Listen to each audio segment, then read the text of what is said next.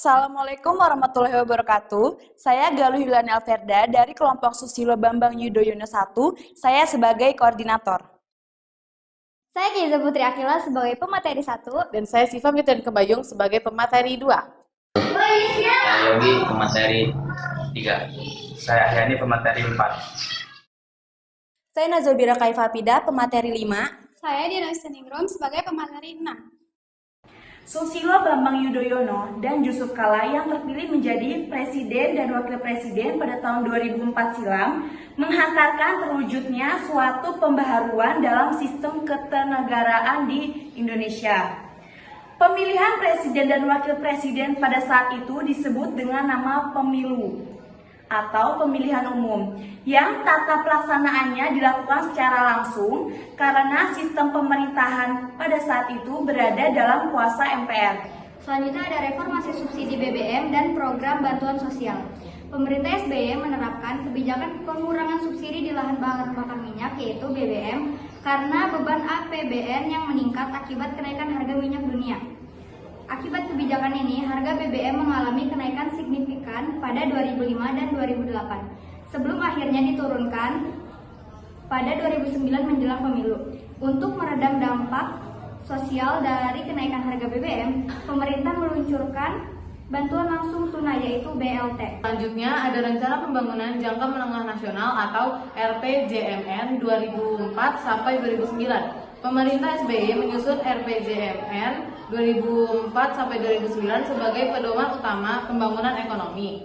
Lalu RPJMN mencakup 3 agenda utama, yaitu yang pertama meningkatkan kesejahteraan rakyat dengan memperbaiki sektor ekonomi dan sosial. Dan yang kedua, mewujudkan Indonesia yang adil dan demokratis dengan reformasi politik dan hukum. Lalu ada peningkatan investasi dan daya saing ekonomi. Penguatan ekonomi Islam dan sektor keuangan syariah. Pemerintah SBY mendukung pengembangan ekonomi berbasis syariah dengan membentuk Badan Wakaf Indonesia (BWI) dengan menerbitkan surat berharga syariah negara (SBSN). Perbankan syariah juga mengalami pertumbuhan besar didukung oleh regulasi yang lebih baik dan meningkatkan kesadaran masyarakat akan sistem ekonomi Islam. Pembaruan politik, pembentukan Kabinet Indonesia Bersatu dan reformasi pemerintahan. SBY membentuk Kabinet Indonesia Bersatu pada 21 Oktober 2004 dengan tujuan menciptakan pemerintah yang lebih efektif. Kabinet ini mengalami 2 kali perombakan pada 15 Desember 2005 dan 7 Mei 2007 untuk memperbaiki kinerja para menteri. Salah satu agenda utama Kabinet adalah memperbaiki tata kelola pemerintahan dan menciptakan birokrasi yang lebih transparan. Program 100 hari dan pemberantasan korupsi. SBY meluncurkan program 100 hari yang salah satu fokus utamanya adalah pemberantasan korupsi. SBY memberikan kewenangan penuh kepada Komisi Pemberantasan Korupsi (KPK) untuk melakukan penyelidikan terhadap 31 pejabat tinggi yang diduga terlibat korupsi. Program ini dapat apresiasi dari masyarakat meskipun dalam pelaksanaan tetap menghadapi berbagai tantangan. Pemerintahan SBY memperkuat kebebasan pers, kemungkinan media untuk lebih bebas dalam menyampaikan kritik terhadap kebijakan pemerintah.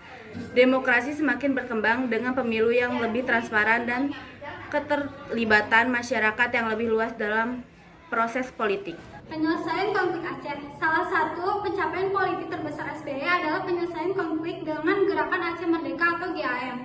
Pada 15 Agustus 2005, pemerintah Indonesia dan GAM menandatangani Perjanjian Damai Helsinki yang mengakhiri konflik berkepanjangan di Aceh. Kesepakatan ini memberikan Aceh status khusus dan otonomi lebih luas, serta memungkinkan mantan anggota GAM untuk terlibat dalam politik lokal. Selanjutnya, reformasi pemilu dan konsolidasi demokrasi. Pemilu 2004 merupakan pemilu pertama di Indonesia yang dilakukan secara langsung oleh rakyat. Sistem pemilu mengalami reformasi dengan diterapkan sistem proporsional daftar terbuka yang memungkinkan rakyat memilih langsung wakilnya di parlemen. Reformasi ini bertujuan untuk mengurangi dominasi partai politik dan meningkatkan akuntabilitas suara rakyat.